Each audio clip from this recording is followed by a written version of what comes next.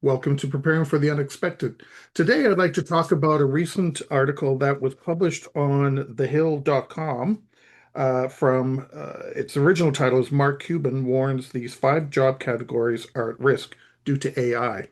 And I thought, what better person to talk about this topic than Jason Haas? Jason, welcome back. Thank you, Alex. Thank you so much for having me back. Looking forward to having this great conversation around something that's been top of mind for quite some time. It is. Mark Cuban identifies a few areas, and we'll touch on or either all or most of them.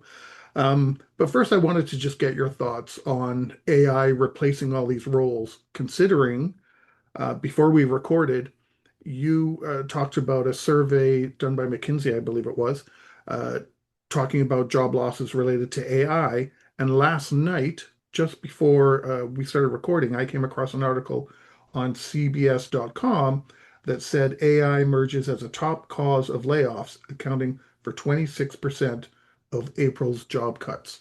So I wanted to get your thoughts on AI and jobs and roles.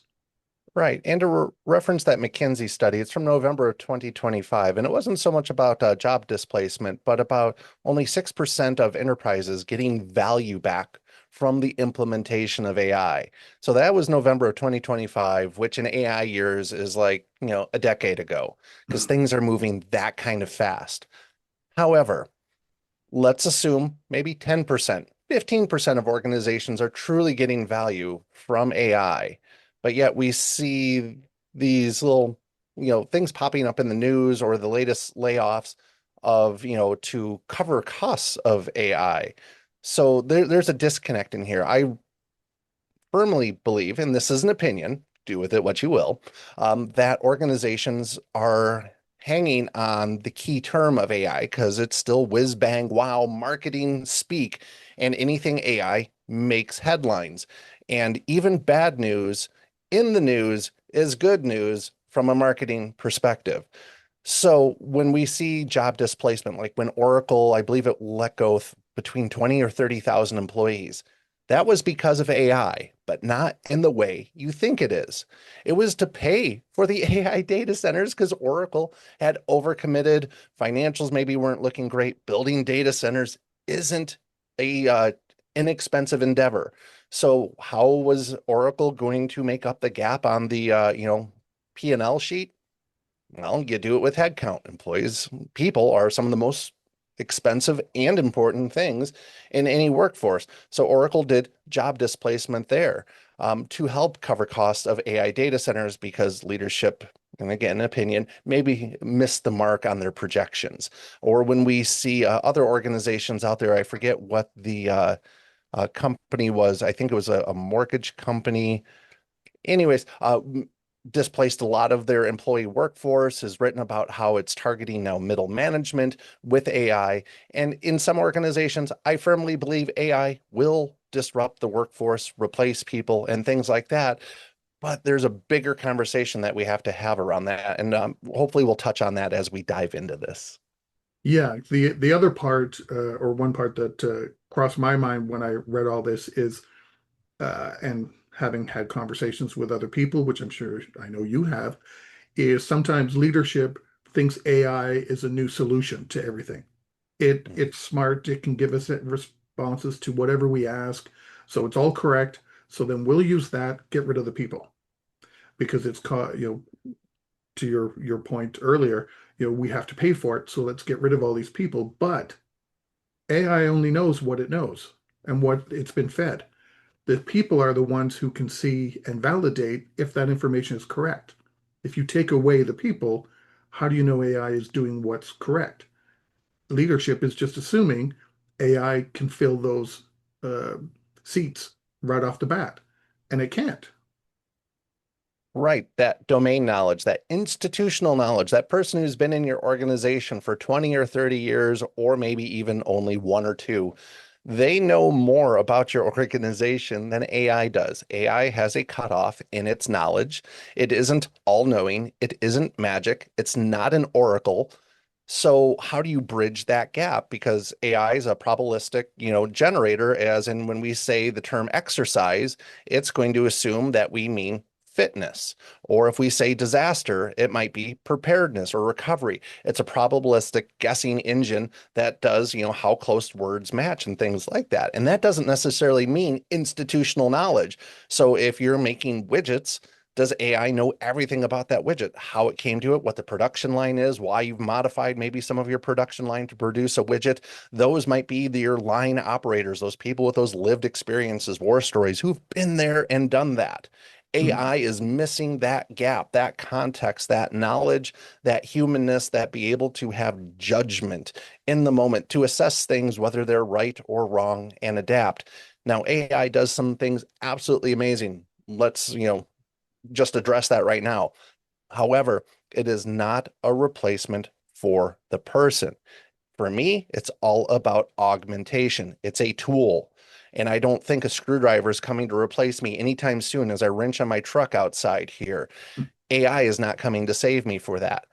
The other bigger thing too, as we look at these things, these roles at risk that Mark Cuban had talked about in the Hill article, and I'll just name them out right now because I have them in front of me. I have not committed this to memory. Um, Software development makes sense. We hear a lot about Claude Code or OpenAI Codex. Those are amazing platforms, and AI is pretty darn good at coding. It's been trained on it after all. Customer service. We've had auto attendants forever since the day of phones calling into organizations to get support. Yeah. We've been through auto attendant trees. AI is a natural leap to that, but it's far from perfect, just like the auto attendant. Research and data analysis. I work in healthcare. AI is a big asset in that respect. However, it isn't replacing the scientist or the doctor. We still need that lived experience, that intuition, that professionalism, that guidance, that humanity to show up and be a part of that process. Finance, oh man, I could have used that back in the day when I had my own business. I so would have loved to have offloaded my forecasting, profit loss, doing the books, all those things to finance. However, there should be guardrails to how it can be used in finance. Should it be used to reduce workforce and make educated guesses like that, as well as legal support? Legal support's dicey. Just Google AI in the courtroom, and you're going to see some really embarrassing, horrible examples where people lost their narrative as well as their reputation in there for site using AI, non-legal AI, most likely just their consumer version of ChatGPT or Claude or Gemini or whatever the model was, to cite cases that simply didn't exist. And that doesn't ever work well in front of the judge. But the bigger thing is we look at those roles at risk and we entry-level jobs is, if entry-level jobs get displaced to AI, how does one get a job? How does one enter the workforce? When I think of my days of bagging groceries and things like that, and maybe AI is coming for that, the robot version, how would I then, as some, teenager, enter into the workforce if there's no roles there? How would I, as a college graduate, enter into an entry-level workforce job if AI's come for that? So tell me, how do I get experience? How do I earn income? Because that's the next big thing let's talk about is economic displacement.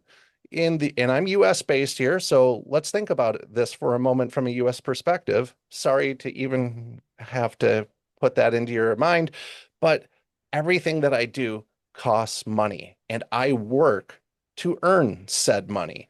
If I have enough economic displacement because I'm riffed because AI took my job, how am I supposed to buy these widgets and these things these companies are producing with AI when I have zero income to go buy said things? We're going to Mhm. see economic collapse. The Great Recession. Oh, hold my beer. We've got something else on the horizon if we have significant economic displacement. Right now in technology, there's already been a lot of displacement because AI has come for our jobs to a point, but I think it is more of a tide. So we're at high tide, so things are flooding out a little bit, waiting for low tide as rehires happen. Before we started recording, I was talking with Alex here around an article on futurism called Amazon Admits Extensive AI Uses Wreaking Havoc on Its Core Business. Yeah, because AI isn't a replacement for a human. It's a tool of augmentation. So as organizations lean into the whiz bang wow of AI, and keep in mind, what is the sole purpose of a business? It's to make money. Let's be real about that. Unless you're not for profit or things like that, maybe you have a different mission statement. But when I entered into business, it was about making money. And AI can really help reduce headcount and costs. Those people are expensive. We have benefits. We take time off. We ask a lot of questions. We need management, HR, all of those things. So we can flatten an organization by using AI. However, again, well, let me state, it's not a replacement for the person in most cases. So as you know, with Amazon was wreaking havoc in its core business, well, you may have to rehire people back. And when you bring people back, things usually get more expensive. Yeah. There might be job desperation and things like that, especially in the technology market that's been really disrupted. But people are going to want to get paid for that institutional knowledge that they earned very hard over a long period of time. It's absolutely amazing. And I know we could talk for hours on this, and I've been talking quite a bit. Alex, I want to throw this back over to you. What do you think? Well, what is your opinion on all of this? I have the exact same opinions, to make it short. My concern, some of my concerns is things that I've read and seen with regards to software, when you're using AI to develop code or whatever it is you're using it for. You still have teams that need to validate that the code is correct, test it, put it through pre-production. I've heard a story there where an organization took the code that AI had developed, assumed it was correct, put it out there, and it harmed them because there were mistakes. It wasn't validated. That people knowledge of what is it, client experience wasn't there, wasn't taken into account. So all of a sudden, they had all these mistakes. And they used AI again to fix the mistakes that again wasn't validated. So they were making their own problem worse and worse and worse. And it's, as you said, that people knowledge, that the historical knowledge within the organization, understanding your client base, your stakeholders, what they expect, how they expect to be communicated to, and all these different pieces, it was just falling apart for this one organization. So I don't know how true that is because it was a conversation I had with people at the dog park. We always had great conversations there. So, so I don't know, and they didn't tell me the name of the company, so I don't know how true it is. So take it with a grain of salt. But the principles behind the thing story are true. You can't just rely on uh, the results that come out of AI.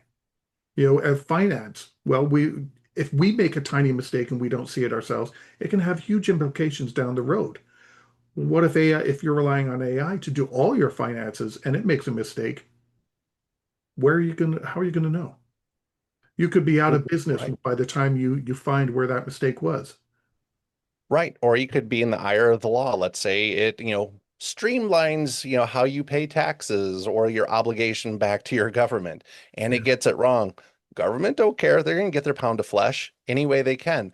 But reversing back to the idea of AI coding apps. So I'm not a coder. I know, shocker. And I use AI to code. But here's the difference is I know where my gap is on this. Today's vibe coded app that I might make is tomorrow's security implication. So, from me as a non-coder, non-technical in that particular way, I look at vibe coding, which is just, using natural language with AI to create code, products, websites, applications, phone apps, whatever it might be. You can do all of that, of course, but it doesn't necessarily know best practices in security. It doesn't know the best practices of your organization's policies, procedures, security, and how things need to be coded. So you might be bringing in, tomorrow's security vulnerability and things like that. From my perspective, though, I love vibe coding because I can take ideas I have in my head and make a proof of concept. And there's a difference between a proof of concept and production ready because there's called a ton of work in the middle and a lot of validation and hardening of the application and testing its dependencies and making sure, you go through the UX and we, DevOps the heck out of the thing, break it, tip it over, refine it, improve it. And AI from a non-technical, non-domain expert, you're going down a very dangerous road. At least from my perspective, I know that. So I call them proof of concepts. I don't test in production. I don't deploy things into production like this because that isn't where my strengths are. So I rely on those teams of people, my developers, my DevOps people, the production, the agile folks, to take that proof of concept once bought into and refine that into something that's production ready, production grade. So AI, again, it's a great tool, but it's going to lie to you and it's going to encourage you into that lie all day long, saying you are doing the best thing ever. You have made the next Twitter, the next X, the next, WhatsApp, the next whatever, and keep going, fam. You got this. And it's fantastic. And in reality, it's absolutely horrible, and you've created a potential reputational issue as well as a security vulnerability that could have legal ramifications. Yeah. If you want to edit this next one out, I'm going to use a company name that has done AI poorly, and it's in the governance space. GAS, Governance as a Service. I absolutely love that acronym. I want a gas company. But the company named Delve, Delve, you Google them. They've been in the headlines probably about a month ago, where Yeah, they I were saw an it. AI-based governance company who could help generate SOC 2s and other those critical underpinning governance organizations need and desire and may have to conduct business. Well, it turned out, at least from what I've read on the internet, and keep in mind what you read on the internet doesn't necessarily make it true, but from what I've interpreted, is Delve used an AI backend to help create SOC 2 type requirements. And all of a sudden, when there was a lot of comparison of SOC 2s, a lot of the same questions on there, a lot of the same answers on there, things that were generated most likely by AI across a diverse set of customers, which each of those should be unique and tailored to that organization. Now, all of a sudden, companies who thought they had a valid SOC 2 from Delve now have to question everything, which could put them out of compliance with their customers or the regulations that they need to follow. And that's because AI took them down a path that it never should have. Not saying AI shouldn't be used in governance, but where's that human in the loop? Who is accountable when AI makes a mistake? Yeah. It's like I You're said, gonna, they assumed AI would have all the answers yeah, instead of and it validating. doesn't. Yeah. But it'll tell you it does, and it'll make Yeah. you think it does, and it'll sound probabilistic, it'll sound rational, it'll sound reasonable. But again, if you lack that domain expertise around what you're engaging in, how do you know you are dealing with facts versus fiction? Right. There was something else you touched on earlier about the entry level positions as well. And by the Mhm. way, I used to bag groceries as well and a busboy way back in my very first jobs. So know where you're coming from there. Um, how how do we get people into the job force if AI is taking over a lot of these, potentially taking over a lot of these entry level positions? Because as we talked before we recorded, myself, I'm now seeing the end of the tunnel to hopefully get to retirement now. And I know I'm not the only one. So if we all the knowledge is going to be walking out the door over, let's say, the next 10 years, entry level positions are being tough, we're going to have a different situation with regards to AI and entry level positions and things like that. Right. Which is still economic displacement, just at a different level. Mm. And part of the thing as you get ready for retirement, which I'm so jealous, I feel I can't even see that light at the end of the tunnel, or it's a different light calling me back home. I'm not sure. However, you're going to train AI. So your institutional knowledge, your lived experiences, your career, your employer, let's say you have an employer or whatever, or however you interact with AI, your engagements is training AI. So you are transferring some of that knowledge that you have in there, not intuition, not judgment, not feelings, but do this, then that, then this type stuff into AI. And that's going to be a barrier for the entry level workforce. So I have two teenagers, and I've been thinking about this a lot because they're getting ready to enter into the job force. The job force that they're getting ready to enter in is what I believe is ripe for displacement because it's, low skills per se. When you get into those entry level jobs, it's, just learning the motions, learning the culture of the business, doing some work, but that work is, suspect to automation. Let's just use fast food for moment here. So next time you go into fast food, you have those kiosks, you go touch a button, and then you have the back crew working it. Very rarely do you see people at their registers willing, not willing, but able to take your order in a face-to-face way like we used to. That role, that customer-facing role, is ripe for disruption for taking your order, or as you go through the drive-through in your vehicle, that voice that you hear could be a synthetic voice.